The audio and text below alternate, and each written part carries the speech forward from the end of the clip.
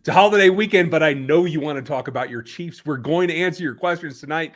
Big week coming up for the Kansas City Chiefs as they start to get into the routine and find out what they have in the rookie class. They're going to push prod, try to find what they can use. Big week coming up. This is RGR Football.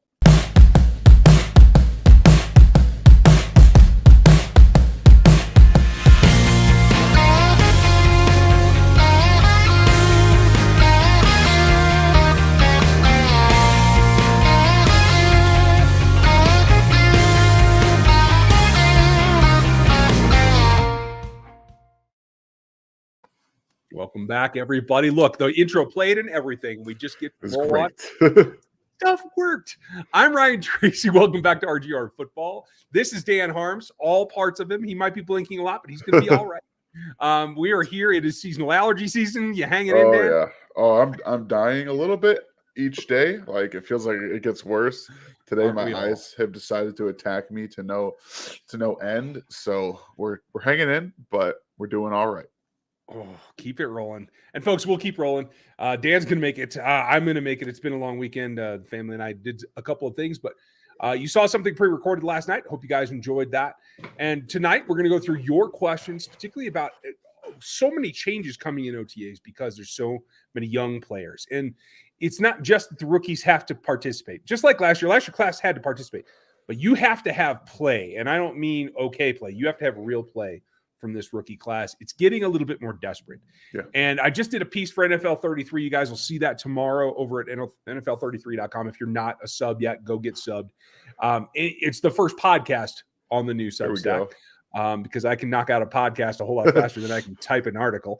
But it really is about around the league, not just in Kansas City, but around the league. Like, what is the purpose of OTAs? It's not just about team building. It's not just about seeing what your offense is going to evolve into. There's a lot more to it. And finding out what you can experiment with in camp is a big portion of it. This rookie class is going to have to put in a lot. And I know we talk probably more about the first rounders than we need to, but they need contributions from a number of different positions and a number of guys here, Dan. This might be the most crucial class in this rebuild, this shift for Patrick Mahomes and his offense. Like right now, do you feel like this is something that's going to pay off? It really has to. For me, last year was the offensive shift. Really, you took two guys that are starters on your offensive line and you remade it. Like, that's what you did. You went off, you got some of your pieces that you're now starters, and you have two guys you drafted last year that are starters for the next 4 or 5 years, probably for the future, if you can find a way to keep them there. So this season was all about the defense. They said we have to overhaul the defense. We got to find ways to do that. And last year was a little different because realistically, you got lucky with Trey Smith. He was a day 2 talent. You got in the 6th round. That stuff doesn't happen all the time. Creed Humphrey, we kind of knew he was going to be a really good center. I didn't think he was going to be a top 5 center in the NFL.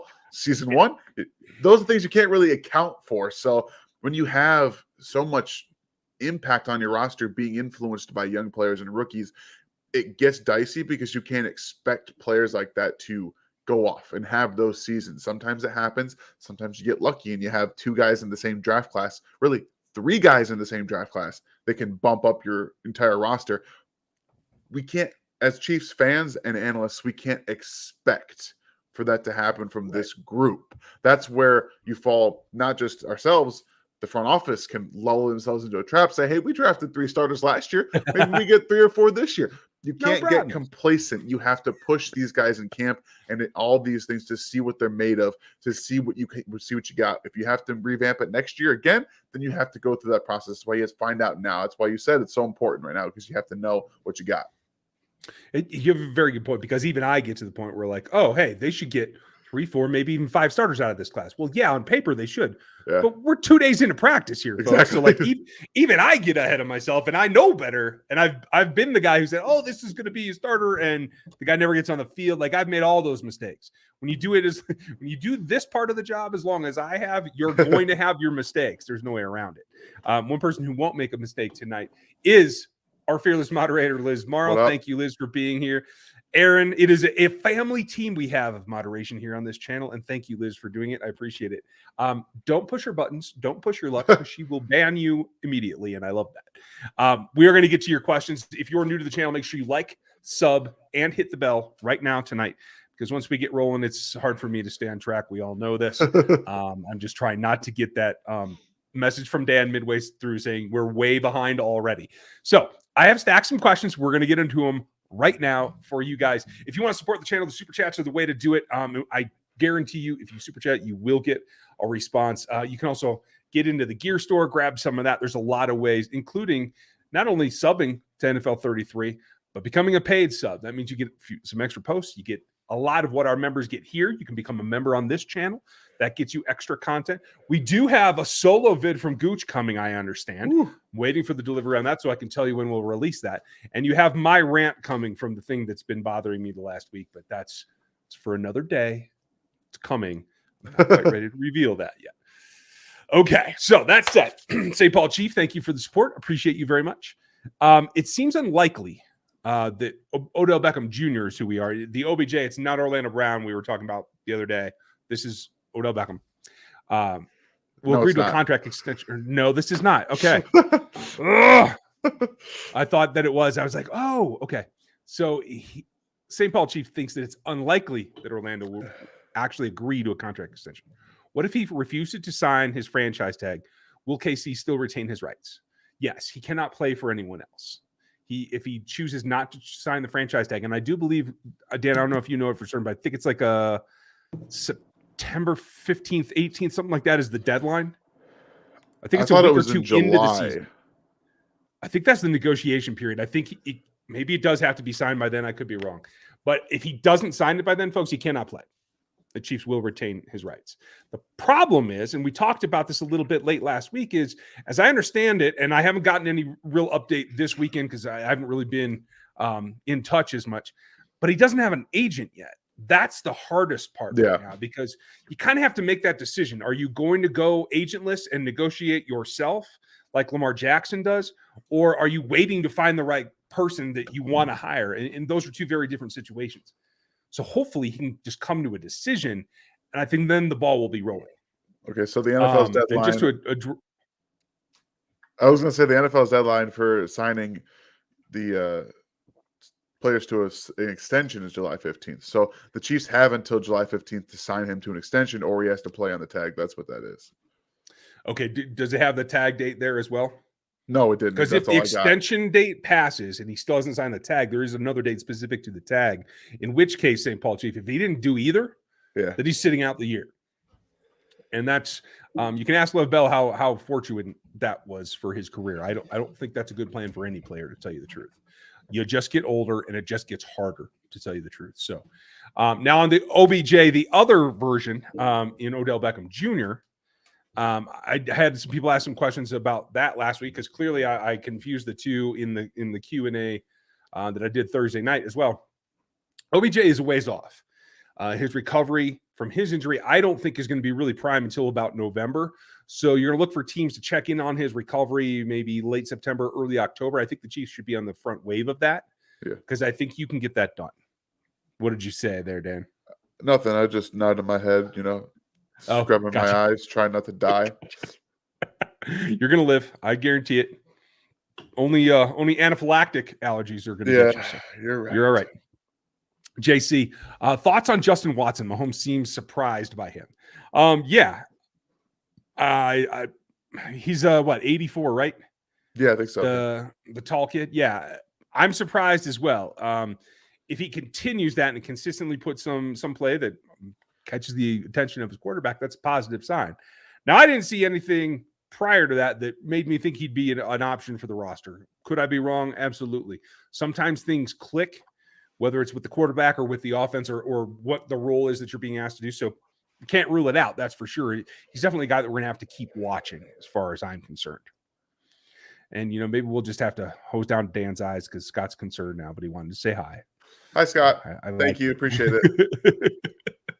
Let me ask you this. What is Lion Johnson, Trent, McDuffie, L'Jarius Sneed, Rashawn Fenton's ceilings for each of them? I'm going to grab some more questions. Man, all right. Thank you for the question, Zach. Lonnie Johnson is really kind of an unknown. Excuse me. I just got to sniffle out all this nonsense in my face. But playing in Houston, it's hard to know, especially alongside Justin Reed, what their ceilings can be, because they were in such an inept offense, or excuse me, inept defense. And it's hard to really know that. But I don't even think Lonnie Johnson is going to crack the starting rotation this year. He could, but to me, he's on the outside looking in.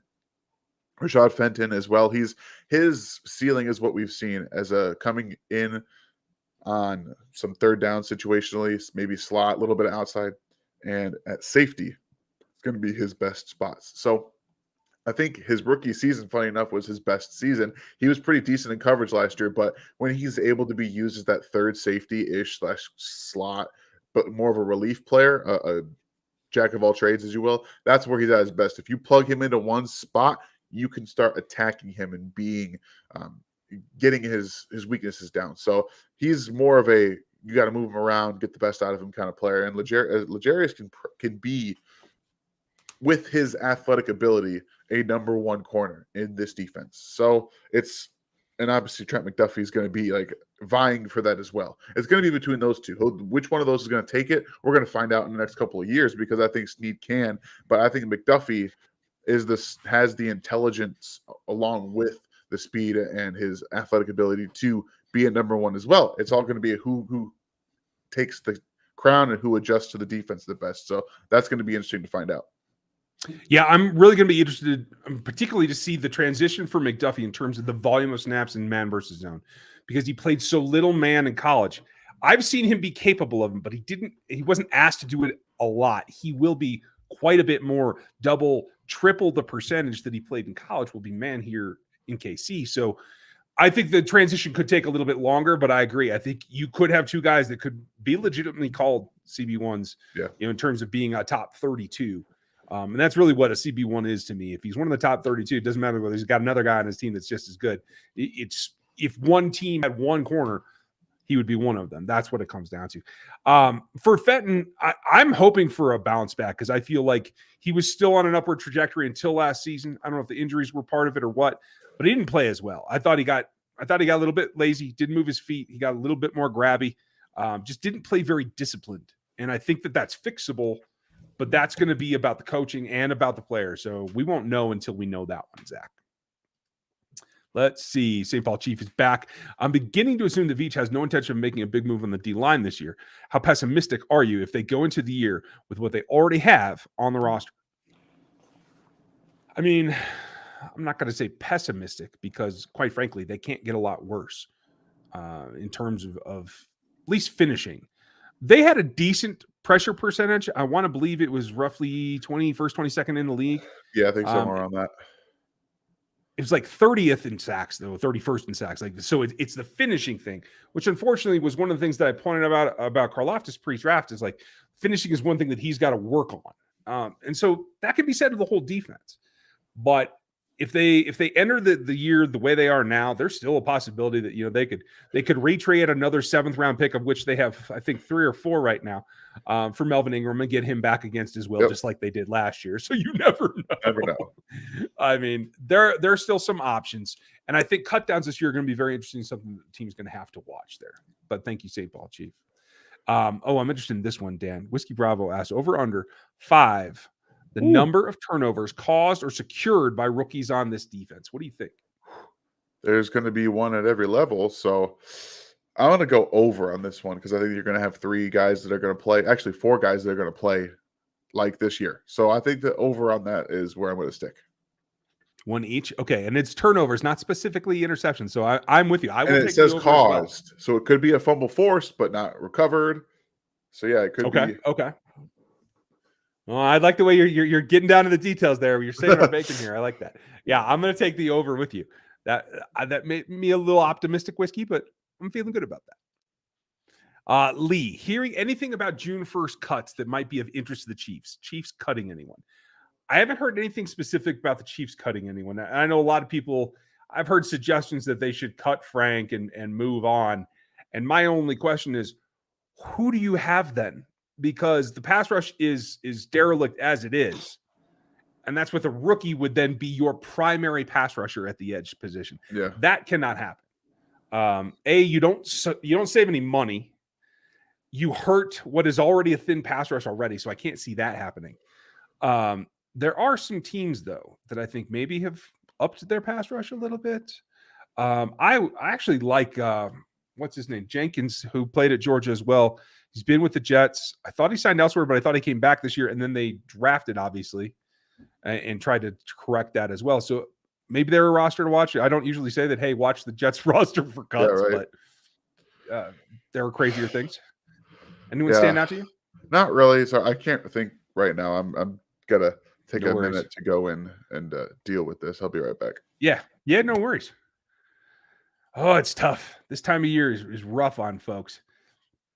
Gary, besides the top 4 reception or receivers, is there any receiver that make the team? Yes. They got to have 6 just for attrition, just for special teams.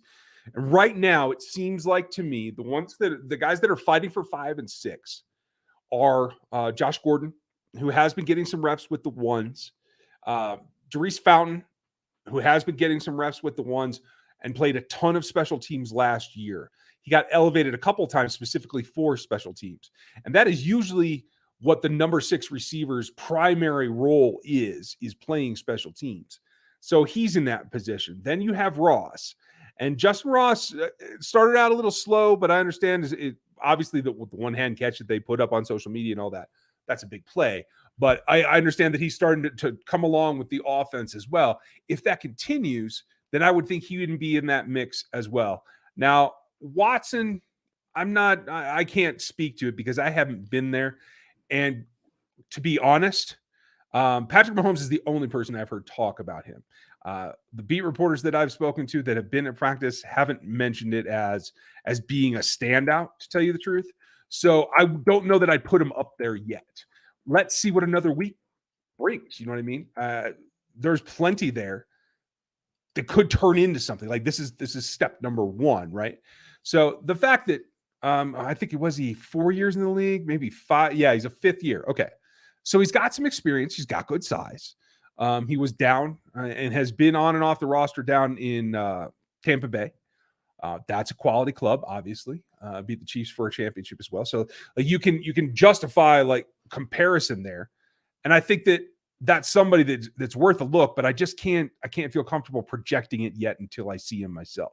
But I think if Patrick's shouting him out, you gotta sit up and pay some attention to him. So let's see what he brings, especially not this week, but next week as it starts to wrap, as you've gotten all those reps and now you feel comfortable and you've gotten enough look at the offense that a receiver at that level should be able to maybe put some things together and maybe take a step forward and not just get some attention from the quarterback, from the coaching staff. That's how you make the roster, is from the coaching staff. You can get a practice squad spot by being, somebody that the quarterback likes, Garrett Dieter, but the coaching staff doesn't have to play it. So there is a difference there. Jeremy, does a better secondary give us a better pass rush? Even if they can hold a half second longer, the rush is getting home. Is that Veach's thinking? I don't think that was his goal, but I think that's obviously when you can't get something done, when you haven't been able to bolster the pass rush, that's what you're trying to do in lieu of it, right? You're trying to emphasize that part. Excuse me. And they do work together. So there is that give and take that one can help the other. The problem is that the league is functioning faster. So even though that the secondary might be put together long enough to hold a pattern off a little bit longer, the patterns are now designed to get the ball out faster. Everybody wants tempo. Everybody wants the ball out of the quarterback's hands in 2.5 or under. That makes it very, very difficult. And I think that's also why you don't see these major moves, or especially in free agency, you didn't see a ton of big spending on the pass rush positions because it's getting harder to get value for it. Sorry, trying to kill that sneeze. Oh, man. Apologies, folks. Dan left, and now maybe I got his allergies. I don't know. Jason, I am always glad to watch the show. Been watching since you had a mug as the intro. That's a great one, Jason, and thank you for that. And thanks for being one of our members as well, folks. That's what that S sign is. Yeah, I still have the footage from that. That's when I was coming off of, I started to make this channel because some friends and my brother's a photographer, videographer, and I've been learning to help and learning how to shoot video like in kind of more of a cinematic way. And I even started the channel trying to be more cinematic. And then it just got to the point where we cover so much information, room for that part of the game has kind of fallen away a little bit. I'd like to get back to some more of that B-roll that actually looks decent. So, Jason, thank you for bringing that up. And I still have that mug, by the way. Voodoo, Gore or Ealy? Who's RB4? I think they keep 4. I agree with you that they keep 4. And right now, I think it's Gore. I think Ealy's in a tough spot. He's got to show not only that he is a better player than Derek Gore, he's also got to show that he can do enough at that position. Because right now they list him as a wide receiver running back / like a little bit of both. And I don't think there's room for him to make it as a wide receiver onto the roster. So he's got to show that he can be a running back that still has enough pass catching ability to make it worth it. I think he certainly does. It comes back into when you need him to run the ball. When Clyde has a turned ankle and Rojo has the flu, can he be the guy if he needs to be? And I think that's going to be the question that they have to answer. I'm guessing, Dan, if I just put it to you real easy, Gore or Ealy, who makes the roster? If it's in my opinion, it's Ealy because he's more versatile, more dynamic. But I know that they have a lot of faith in the guys they trust, and Gore came in and was productive in some of the snaps that he got. So it wouldn't shock me at all if Gore was one of the guys that did make this roster. Okay. That said, folks, we're very early on in the process, and I think they will be able to really show themselves to be different as we work through the offseason. Zach, what's Orlando Brown's trade value? What is the max Veach will give him? That's a very good question. I don't think Veach wants to go over $20 million a year tackle. I could be wrong. I didn't think they'd go much over 20. And rumored they were going up to 21, possibly 22 for Tyreek. That didn't happen, obviously. Yeah. Makes it a little easier to do it for the tackle, but I don't think they want to spend more than that. His trade value is very interesting because he's he's not quite elite tackle in this league. People will pay for that, but he's on a franchise tag. You don't see that happen very often because you almost have to pre-negotiate the next contract with the next team in order to do that. And that has a tendency to sour the current relationship very, very fast. I don't think that's an option until after that deadline passes for the extension possibilities, and that's July 15 from what Dan looked up before. Yeah. So until then, I don't think it's really about trade value. If it goes past that, what did they give up for him? Was it 2 2s? Was it a first? Okay. So I don't think he's done it. That's what it was. Okay. I don't think he's done anything to degrade his value in Kansas City. Do you? Because I think he's been pretty steady. Right? It's really more about leverage. And if they think currently that puts the Chiefs in a bad situation, I don't think you're going to get more than a second for him just because otherwise what's Kansas City going to do? They've already given up a first to go get him. Like it's hard to really determine with the franchise tag on him, the liability they have at left tackle if he's not here. Like it's hard to really say what his trade value is because if they don't say they want Orlando Brown and they know the Chiefs won't pay what he wants, they can't force them to sign him. So guess what? He would walk next year. So maybe they just play the long game. I think that's probably the default, especially when you don't want to take a risk right now. Yeah. That's my guess, but hey, it is what it is. Want to shout out, looks like a bunch of the crew are here. We talked about Liz. Stevie Keys is in the house. Looks like Big Chief Sean is in the house. So a lot of our contributors are here. So everybody say hi to him in the chat if you would. And we'll get to Jay's. Oh, I already answered this one. I must put this out of order. Sorry about that. That was Jay's question about Watson. Doug B. Is there a weight difference between shoulder pads of college and the NFL that the rookies have to adjust to? Not that I know of. In fact, I believe some of the more expensive sets of pads are actually a little bit lighter. They're more like cell structure, hexed, or I don't know. I can't remember what the other term is. That generally makes them a little bit lighter, and they'll put more into them in terms of like the composite materials more expensive. So it should be lighter as well. Yeah. So I apologize, everybody, but I cannot sit here. I can't do it. No worries, man. My eyes are not letting me do it. They're driving me crazy. Oh. I hope y'all have a great Monday. I'm going to try to figure out how to take care of this. It's awful. Go get better, man. No big deal. You guys have a good day. I'm sorry. Okay? It's okay. You too.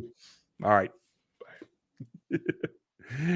So I don't think it's so much that it's a weight difference. I do think there are different types in terms of the shape of the pads as well. And I think you'll see guys experiment sometimes as rookies. So if you see some changes, particularly for like guys like Karlaftis and Chenal, guys that are going to be in heavy contact, like they might play around with a couple of models. You've also seen lately that helmets have really taken some design changes lately. That may come into play as well. Same kind of thing can be said for the pads, but they're underneath, so you don't get to see them. So just think that there's as much going on underneath. It's like an iceberg as there is up top. Walter Acevedo, thank you. Is there a chance that we see both Sky Moore and Justin Ross do not make the 53-man roster? No, there is not. There is literally, unless he's injured, I don't think there's any way that Sky Moore doesn't make the roster. The investment they made in him as a second-round pick nearly demands it. If you do that, you are admitting defeat very, very early on in his tenure, and I don't think they can get away with that. Now, excuse me. The last time that happened was Kavari Russell, I believe, and that was an utter catastrophe. And honestly, that set them back for a bit. So let's hope that doesn't happen. I don't see any way that it does, in my opinion. Whiskey Bravo, what's your current projection for the KC offense? Can they get to the realm of top 5? They certainly can. And Patrick kind of repeated what I had said a couple weeks ago, or not repeated. It's not like he cares what I say. He confirmed what I had said a few weeks ago is the offense needs to shift back to what it was earlier in his career before Tyreek Hill was Tyreek Hill. And when he distributed the ball to a lot of receivers and let them do the work. You want to get a lot of yak and you want to get a lot of guys contributing to moving the ball down the field. If he does that, it's going to look different, but it's still going to put up a ton of yards and it should still put up a ton of points. So in terms of being a top 5, they were what? They were second last year in total offensive output. I expect them to be a top 5. In fact, I would venture to say they might have a bit of a slow start the first quarter, but by midway, they should be back in that top 5 and not, they may not even hit that hiccup. They may be a top 5 offense all season long. It's just about the balance and what does the D do? Can the D improve to get to that 20-ish area? You know, I'd love to see that 18 to 23, and you're in good shape. Oh, it's been a long weekend, folks. Apologies for that one. With the stiff start of the Chiefs schedule, that's a very good way to put it, 900. By the midpoint season, what's your prediction of their record at that point? Let me pull it up because I want to be very specific before I answer that. In that, there are a couple of pitfalls. Like you said, it is a difficult schedule to begin the year. I do want to go through one by one by one. Let me see if I can find that. And I'll try to share it here as well, folks, so everybody can see it. We'll go to the mothership and see what they have to say. Let me see if I can minimize that a little bit and then hit that. And I will share for you guys so you guys can see it as well. Here we go. Bear with me a second. Okay, so week 1 regular season, Arizona Cardinals. Kind of a mess down there. Quarterback wants out. No, he doesn't. They don't know exactly what they're doing. I think that's going to be a win. I don't think it's going to be super easy, but I don't think it's going to be a terribly tight game either. Week 2 is going to be tough because the Chargers in week 2 won't have any chance to have done their normal thing and had a slew of injuries that set them back as a team. So I think this is going to be hard fought. And the fact that this is at home, I think is a plus because I do think they can get that win. If it was away, week 2, I would say the Chargers have not only the advantage, but win that game.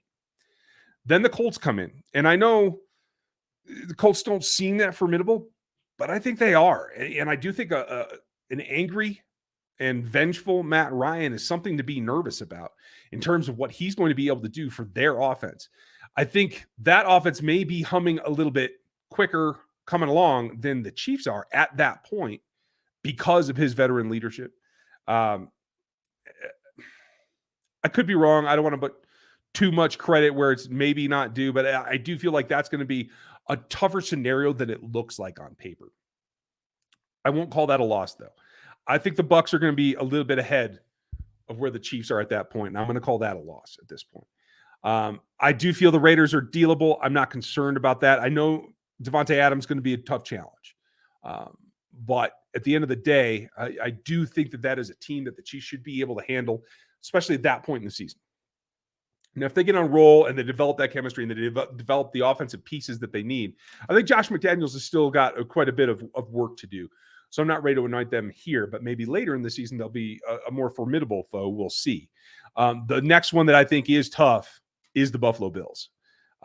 This is going to be a team that they're going to have to beat on for a while.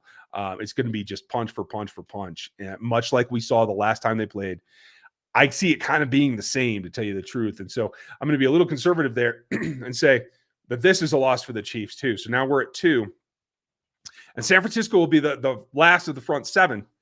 I think this will be close, but I think that they should pull it out. So right now I have them at 5-2, if I'm counting correctly. And Lord knows I don't always do that, but I try. So I'm feeling pretty good about where they're at. I'm going to stack a couple questions here, and then we'll move on. But tell me in the chat, you guys, how do you see them? What is your thought about where they will stand after 7 games, knowing that they're going to the bye in week 8? What does that leave you with? Try to make sure I hit all the question marks. Folks, if you are new or newly back to the chat, make sure you put question marks at the beginning.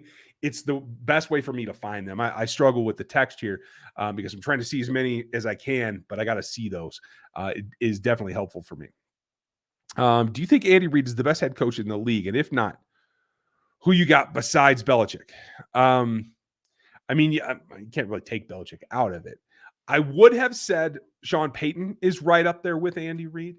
And I have not been traditionally a big McVay guy until this last season, because I have to give McVay more credit than I have in the past. Taking Stafford, throwing him onto that roster, understanding who he is, and developing your offense to fit his role so that he can be more functional and more successful.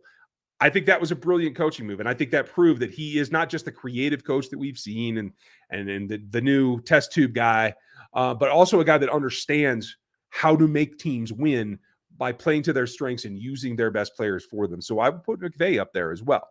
I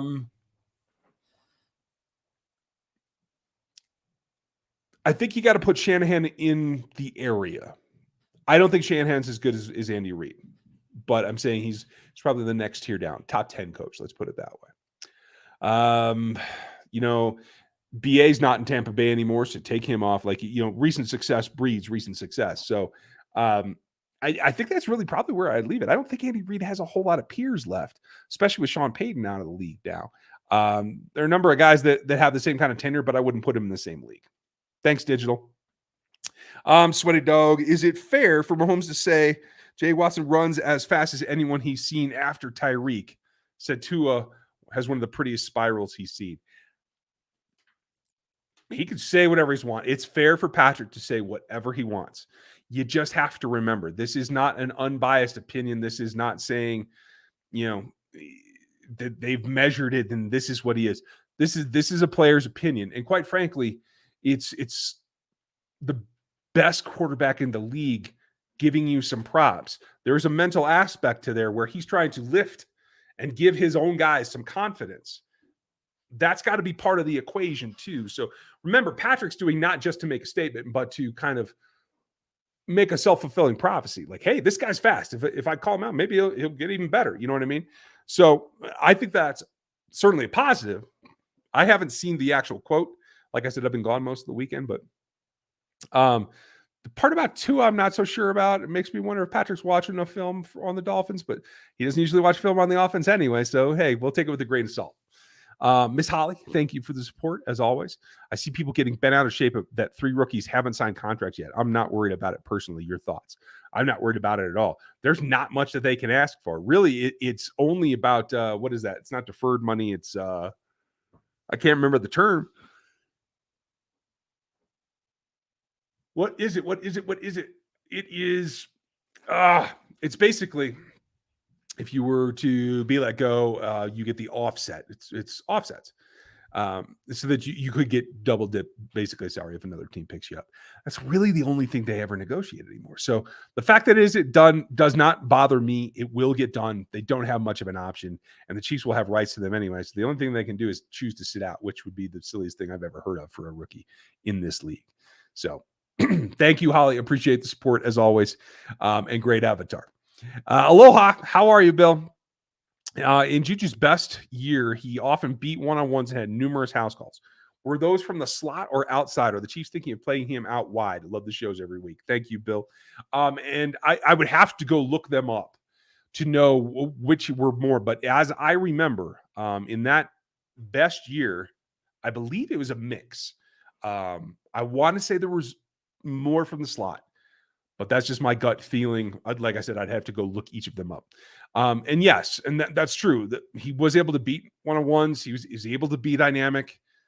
He had other guys taking some attention away. I think he's going to get a lot of attention this year. So he's got to up his game a level as well. Now, you had Ben Roethlisberger throwing to him last year, so you can't really hold that much against him. But he does have to start to make that money. And I think that's why you saw him get, a deal that basically says you have to earn another year here. And I love that. So mahalo, and thanks for the question. Liz, thank you. I appreciate this one. Dan, you need to take a COVID monkey test or a monkeypox test. I am only asking as a professional. He has been identified with allergies. I don't think it's monkeypox, so I think he's okay. It's just affecting his eye. But good advice there, Liz. Always take a test. If you're worried, take a test. Would you sign Larry Ogunjobi to help out the DT room? I would consider it. My only hesitation is that I think Larry is a good player on first and second down. What you're looking for is pass rush from the defensive tackle. And while he can certainly push the pocket, I don't see, sorry, I meant to put the star on that one so I can come back to it. I don't think of him as a true pass rush specialist from the defensive tackle spot. So I would probably be a little bit hesitant knowing that that's what they need. But then again, if you have Larry Ogunjobi and he's helping on first and second down, you're putting yourself in more third and longs, which helps you as a defense. So I could see that being worth the payoff as well. So yeah, why not? Shake the tree, see what it's going to cost. Let's see here. Trying to find all those question marks at the beginnings. Thank you, guys. I do see more of them in here. That's helping me find them and making all of our lives a little bit easier. Let's see. Walter was next. Can Gay and Bolton become a top 10 linebacker duo? I think that they can. I think Nick's volume of tackles certainly shows that he's able to be the Mike. He's able to lock things down. I think he outperformed my expectations for him in terms of pass coverage. If he can incrementally step that up, I think he'll stay on the field a little bit longer. Obviously, with Anthony Hitchens gone, he's not going to lose those reps. So if the two of them get more reps together, I think that will help them. And yes, I do think they can become a top 10 linebacker duo, not only in tackles, but in terms of pass percentage allowed as well. Because I love what Willie does in pass coverage. They just got to put it all together and be on the field. So I'm optimistic about that. Great question, Walter. Matthew, happy Memorial Day to you. And for everybody out there, I know it's kind of it's not a holiday. It's not a happy day. It is a day of remembrance for all of you vets and all of you deployed. Thank you. What's your early prediction for each phase, offense, defense, special teams, final rankings in the league?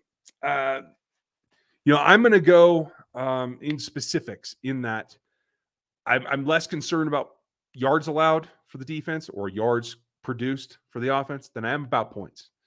So when it comes to points, I think the Chiefs offense is going to be number 3. And I think the Chiefs defense is likely to be about 23. So I think that that's enough to win and get to the Super Bowl. And then it's all about matchups, whether you can win one or not. That's where I'm seeing it.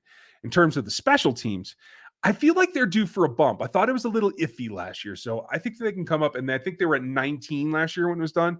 And obviously that's not points. That is yards per return, efficiency, et cetera. And so in measuring that, I think if they can get a designated returner, I think they'll be better off. I'm going to put them at 15. Big Chief Sean, folks. If you haven't seen Sean, during the season, he does some vids for us from what he does, his work in the parking lot. You'll see more from Sean this year. I hope, Sean, you and I got to get together and figure out a plan.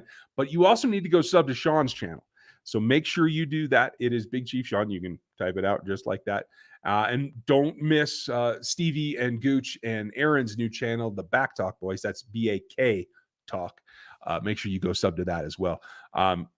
Laser Keys, would you guys put that in the chat too for everybody to grab? And Sean asked, do you think this is a make or break season for Chris Jones? I mean, it is in terms of being the alpha. Like, they need him to step up. If he is not the guy that makes game plans change, it's hard for me to see them doing another extension, especially because I think he's going to get in upwards of the $25 to $30 million range. And I think that's just going to be tough as we go down the road here with Orlando, et cetera. And if they have to trade for an edge rusher, that could make things real difficult. But otherwise, no, because I think he's putting out good production. I think he's putting out good effort. I don't see as many plays taken off as we saw in years past. I think he's maturing. He's also getting up there too. So, like, I would love this to be his peak, but I won't say it's make or break kind of thing. Like, they have to get rid of him if something doesn't happen.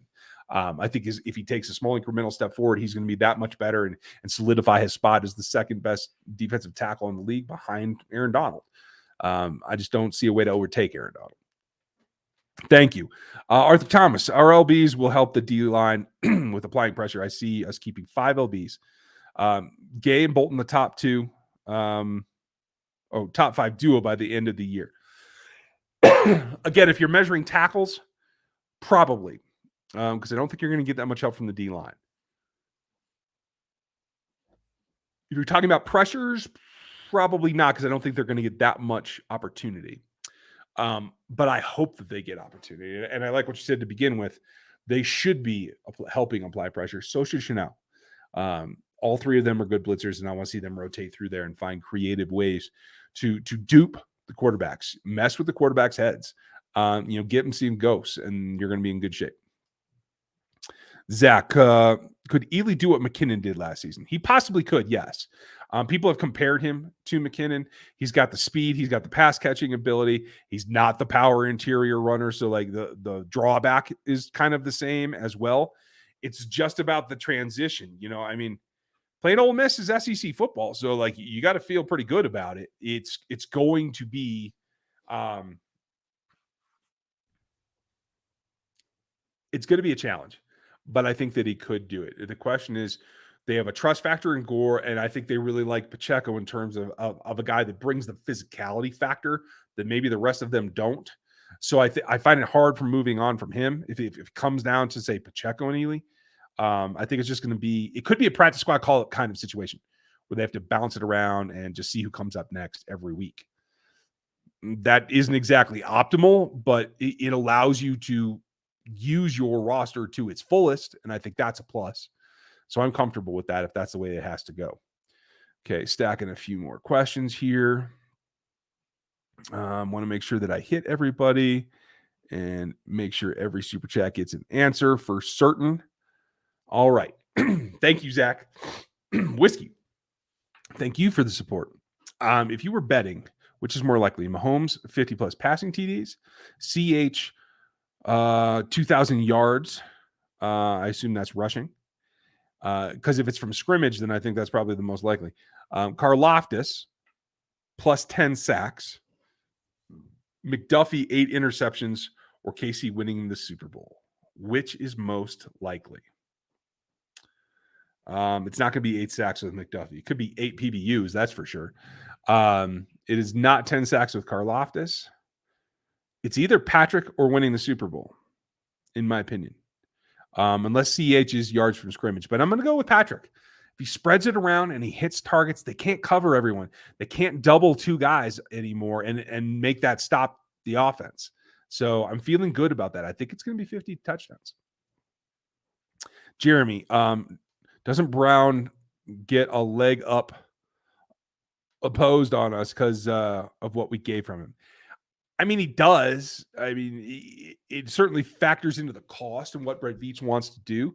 But at the end of the day, it can't hold you back. It can't make you overpay for him if you've set your hard limit. And I think Brian Tillis runs the cap for the Kansas City Chiefs. And I think when he sets a hard limit, they stick to it. I don't see, and I have not heard of Brett Veach trying to like push his way past Tillis's caps. So I got to lock my chair in here, you guys. Before I get twitchy. Oh, long weekend. But in terms of leg up in negotiation, yes, I would think that Brown has that because they certainly don't want to lose him. I think that's pretty easy to see. So we'll go with that. Yeah, and that's not working for me either. That looks terrible on camera, and I'm sorry for that, folks. Tyler, do you think that Veach has a D in mind that he wants to get in next year's draft since they are not getting a D in this year, it seems like? I don't think so, because as much work as everyone does around the league in next year's class already, their last season on the field changes a lot of fortunes. Trayvon Walker was not on the radar as even a first-round pick last offseason. And look what he did. He didn't even lead the NCAAs in sacks, and he went first overall. The fortune that you make on the field the last season that you play is the most important film out there. Period. End of stop. So, no, I don't think that they think that far ahead. Do I think they have a list of 8 or 10 ends that they think are going to be on their board? Yes, absolutely. And maybe they feel better about where they're going to be able to do that. But they just spent a first pick on a draft, on a defensive end in the draft. So I don't think that they're going to necessarily plan on having to go back to back, but they could. It's not about not getting their DE. They got their DE. They got the guy they wanted. They got the guy Spags wanted. And so I think they do feel good about getting Karlaftis, whether he's able to affect the defense with his skill set enough or not remains to be seen, but they feel good that they got him because they went and got the guy they wanted. So this is pretty good. I have to think that the front office feels good. I have to think that Spags feels good because he pretty much got not only a guy that fits his perfect stereotype, but a guy that he absolutely wanted, from what I understand. So overall, I got to think that they feel pretty good about it. Raiders fans in here tonight, huh? Okay, cool. I'm just gonna say, welcome, Raiders fans. Be nice, or the mods will kick you. So if you're here to have fun and have actual conversation, great. Start stomping on stuff, and it's gonna get ugly fast. So please be nice, and everyone, welcome in the Raiders brethren. Let's see what else. Couple more questions to hit here. Okay. Thank you, Tyler. Brett, word is that Orlando is looking for number one tackle money. He's not worth that. But is there an option, since we've already seen the draft capital, there's not another one on the market? There is not another option. No. And you could try to put your eggs in the basket of next year's draft, but that is a risk. You have a guy that is, like I said before, very good, not elite in my opinion. And I agree with you. Number one money is a stretch. I don't think he's going to get that from anyone, especially while the Chiefs hold the rights to his contract negotiations. So he can look for that. And that's certainly messaging that you want to put out there. So the expectation is set. But no, I don't think he ends up with that. I don't think he beats Trent Williams when it's all said and done. And quite frankly, he hasn't earned that. I think he's top 5, top 10. Nah, he's better than that. He's probably top 8 at a minimum. But number one, no, he's not the best tackle in the league yet. I think he still has upside, though. So we'll see what kind of shape he comes back in and see what happens this next season. Scott, is Mahomes showing the progress this offseason to do what is needed to get the ball to all these newbies, or is it just talk? That's the big question. Right now, they're throwing passes against air. There is no defense out there. They're not playing bump and run. There's no pressure coming at him. So he can say whatever he wants. And it will come down to, this is laying the groundwork for the regular season, but he's going to have to sustain that. So I think it's good that it's talk, because talk can help you, reaffirm what you're trying to do, but it does need to be shown on the field before it's going to be legit. Zachary, with Chris Jones tweeting defensive player of the year, and I believe that's all he said. Then today, the report that Aaron Donald isn't going to play on his contract. What would you trade for him? Maybe Brown. They need a left tackle. No, I wouldn't trade Brown, even for Aaron Donald. Because while Aaron Donald makes this defense formidable, especially next to Chris Jones, good Lord, you're weakening the best thing you have going for you in the best quarterback in the league. And they don't have somebody else on their roster that can just step in and play left tackle. If they did, it would be another thing. Now, a year from now, that might be different. But I think what you need to do is you need to emphasize to Chris, You want defensive rookie of the year. Here's your opportunity because Aaron's not going to play at first. I think Aaron eventually plays, but he may sit out a few games. So go take it, Chris. You want to be the best tackle in the league? This is your chance. Go do it. Go prove it. And I think that is a good attitude, not just for the team, but for Chris Jones himself. That will help him get priced out of Kansas City, unfortunately. But Matthew, should the league be scared if we got into the bye week undefeated? Absolutely. Absolutely they should. Because when I look at after the bye, I don't know that the Tennessee Titans are going to be what they have been in terms of like a formidable foe. Then you get the Chargers in week 11. Then you come back with the Bengals in week 13. The Broncos are going to put up more of a fight than they have. But these people like Peter King that are picking the Chiefs to finish third in the division are just cracked. I don't understand it at all. It doesn't make any sense. I don't think the Houston Texans are going to push for anything. I know the Seahawks can't. Then you finish out with the Broncos and the Raiders again. So, yeah, they get to the bye undefeated. First round seed is within reach, and the NFL should be terrified, quite literally. I don't think that happens, though, but that's just me. Jeremy, as long as we keep it close till Thanksgiving. Yeah, I mean, that's what it is. If you can finish... What would Thanksgiving be? I have to look at the calendar again. Sorry, you guys. Apologies. Thanksgiving is 13? That's the roughly, they'll have 10 games. If they have less than three losses or less, they're going to be in good shape by Thanksgiving. Alyssa, thank you and welcome back. Not a question, but someone needs to make a bar called Karlaftis. Ooh, that is a very good point. There's somebody in Power and Light that's got to be able to, change a sign on a building or something, right? Woo! Make yourself some money, people. I'm just saying. Ooh, great idea, Alyssa. And Liz, thank you very much. I know you aren't asking me, but I think Andy is the GOAT. He has played he's helped so many people, or so many in the league, from players to current and former coaches. GOAT doesn't always mean trophies. I agree with you. I think Andy is up there. He's certainly a Hall of Fame coach, but I think for a lot of folks, especially those that are in the league, trophies do mean GOAT. It is about championships. I think for those outside the organizations and outside the league, maybe it's not as much. I think Andy's up there. I think you need to put him up with, it's tough to put him with Bill Walsh because the number of championships of Bill Walsh. It's tough to put him with Parcells for the same reason. It's tough to put him with Belichick for the same reason. Chuck Noll has a bunch as well, right? I think Andy's a better coach than Noll was. It's obviously a different era, but greatest of all time is pushing it. I respect your opinion, though, Liz, and I see where you're coming from, because especially if you're only looking at legacy and what he's left behind, yes, he is the greatest coaching tree to follow him in the history of the game. That is for certain. And maybe I'm not giving that enough credit. I know the voters for the Hall of Fame, especially, they're looking for championships, decade teams, that kind of thing. So it's a tough one for Andy. Greatest of all time is going to be, I think, a little bit out of his reach. Will we sweep the Raiders in the glue factory? I think the Broncos are going to be better. I think Devontae Adams is formidable and going to be a problem.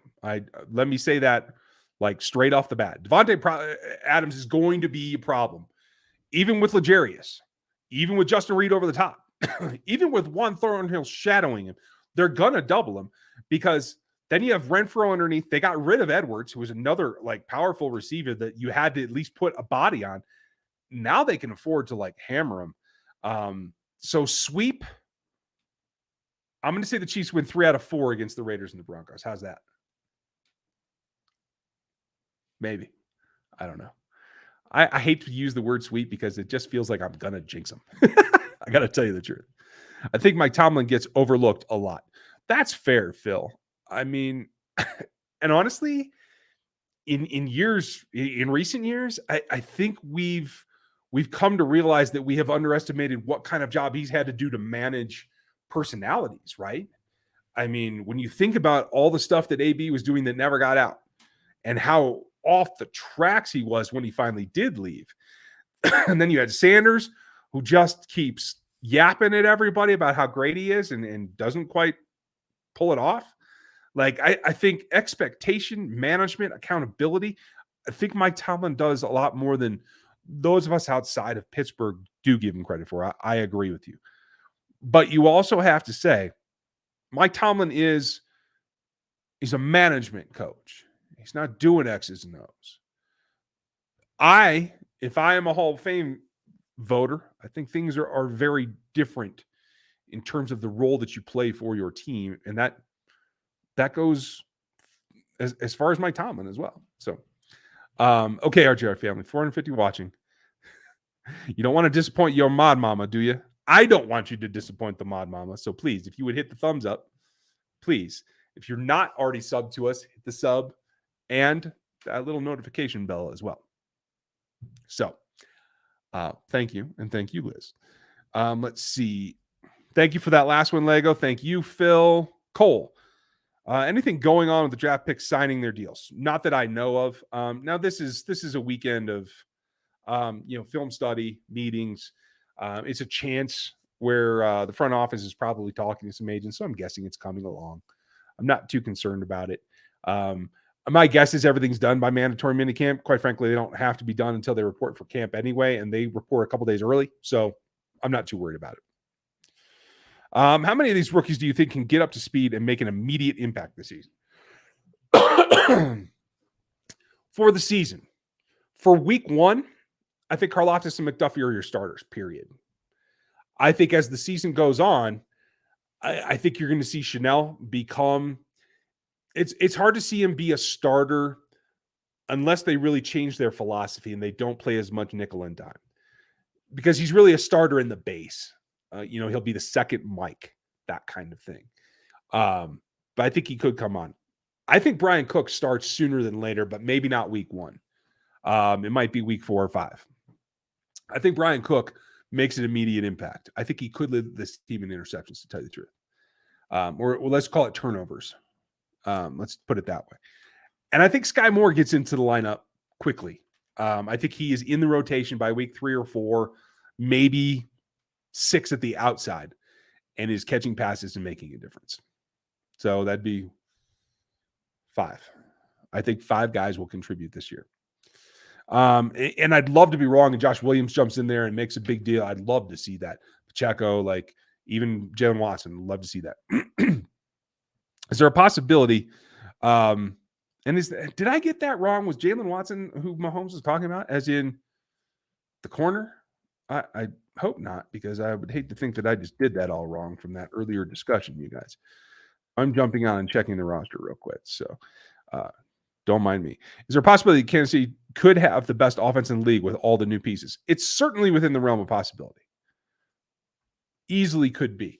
It's about finding that pace, finding the ability to keep defenses on their toes with all the pass catchers, and pepper it a little bit more run. I do think that's important, and it's not just because I want to see the ball run more. I do think that is a legit need. Let's see. No, I was going to do it this way and look for last name. And yeah, it's Justin Watson on offense. It's Jaylen Watson on defense. And I do believe everybody was talking about Justin. So, okay, we're good. Everything I said before, still valid. We're all good. And I know we need to wrap it up, folks. We're here at the hour. We're going to do the draft show and the Locked On Chiefs show tonight. So we got more coming for you. Jeremy, thank you very much for your support. What about Dominic Sue between Frank Clark and Chris Jones? Bring a little bit more mean. Yeah, he can bring mean. I don't think he can bring any get off anymore. I was pretty unimpressed with his explosiveness and his ability to move last season. I don't know. It might be worth a flyer. I'll tell you that. I think they have to see what they have in everyone else, though, first. So maybe after OTAs, in that gap between OTAs and camp, maybe. Who knows? David, thank you for the support. Appreciate you. Night Hunter, just check free agency. And Trey Flowers is out there, Sheldon Richardson out there, and Akeem Hicks are all still unsigned. Yes. And all are on the backside of their careers, and all probably are not the pass rushers they were. I would lean towards Trey Flowers out of the 3 of them. I like Sheldon Richardson, though, and I've always liked his game because he pops a pass rush every now and then when you don't expect it. Lego, can you see Frank Clark? Did you see the Frank Clark workout video? I did not. And if you did, what do you think? Is he showing more physicality because it's a show or no year for him? Yes. Frank needs to be motivated. I think we've learned that over the years that Frank needs to be motivated in order to perform. That's true of a lot of players. So, hey, if he takes it personally and he ups his game, good. That's what we needed to do. Did it. And you get that. And that's a good thing. So if he gets pushed to this point and he doesn't respond, that you have to get concerned. And I think that's probably the bigger issue is I just want to see him respond and bow up and show something of the player that he was, because it's so his play last season was so divorced from the expectation and what we saw from him at the end of his career in Seattle that it is depressing. It is a miss. Stevie said, CH has a combined rushing and receiving career 1,746 yards. Why do you think that he could get to 2,000 yards of scrimmage this season in 1 year? Because it's kind of put up or shut up time. Because they have to go away and they have to spread the ball out. I think teams will still try to play those soft zones where they can try to take away, especially the intermediate passing routes that a lot of the slot guys are going to run from Hartman and Juju and more. And so I think the outlets are going to be there for the running backs. And I do think that if they get smart and they start actually peppering the run, if they give it to him, I mean, I think his career is like 5.8 per carry. So still good. They just don't do it enough.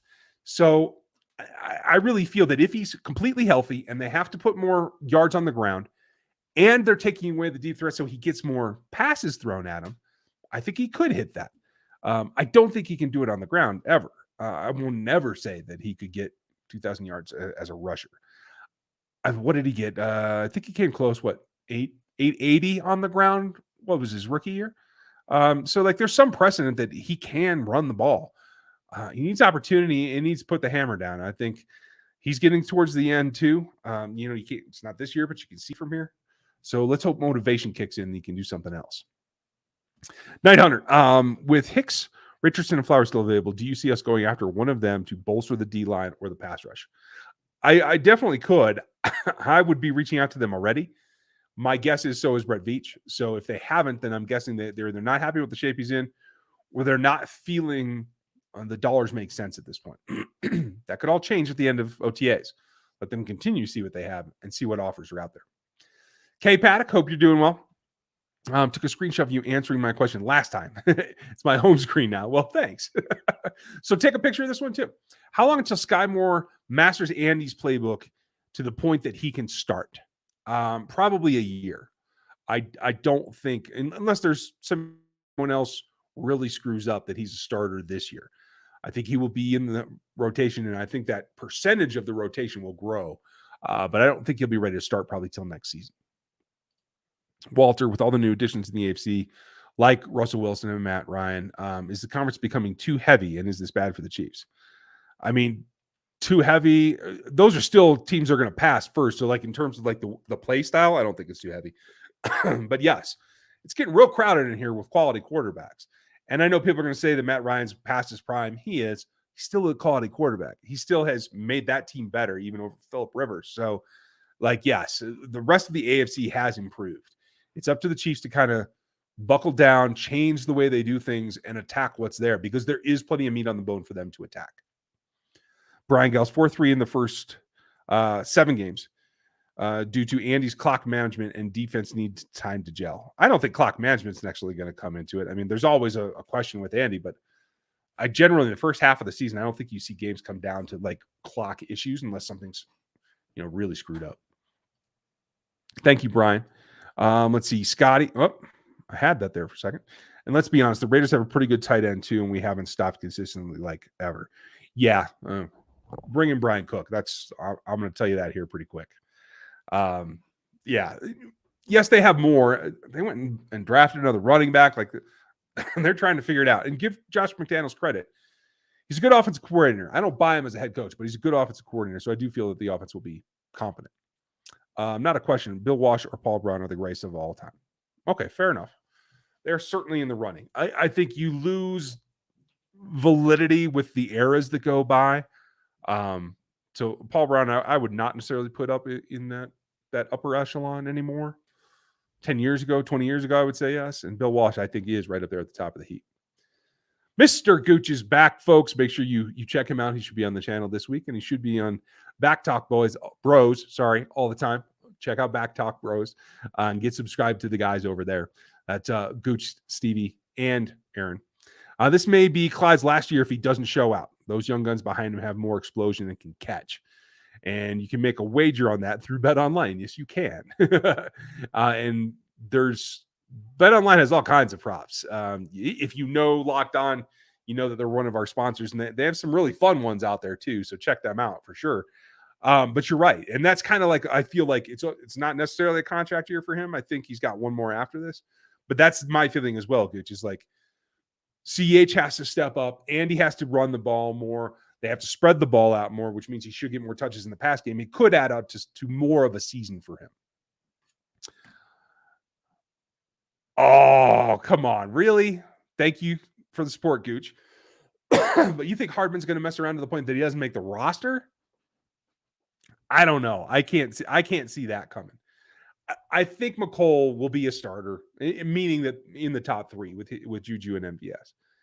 But I am concerned that he's going to mess around and not live up to his potential and not become the threat that he should and not be a true, like, number one, number two receiver. He should be capable of being a number two receiver in this league. But I hope that you're wrong. I hope we're both wrong and that he does buckle down and gets to that level. Thank you, Gooch. Let's see if I can get the next one. That doesn't want to come up for some reason. None of them seem to want to come up. Okay. I'm going to have to bop over there and try to do that. And still not changing. Okay. Hold on tight, folks. For some reason, it is not functional right now. Let's try this again. Well, Rock 3036, I'm going to try to come back to you because Sweaty Dog's up there. I'm just going to answer since it's on there. Have you heard about the how about those Chiefs channel? Yeah, he does a good job. Cole's on here a lot of times in the chat, so say hi to Cole. He does a good job, and he runs down the news really well. Yeah, maybe we should do a collab at some point. That'd be fun. A lot going on, and he honestly deals with breaking news better than I do because I don't always have the time to jump on and do something. I try to when I can, but yeah, that's definitely not something that I'm able to do all the time. To the mug. Thank you. I appreciate you, Jason. That old mug. When I get the studio moved and all that, the mug should be back in the background, knock on wood. Chris Weeks, thank you very much. Can Kennard play left tackle if Orlando Brown were to hold out? He hasn't in the past.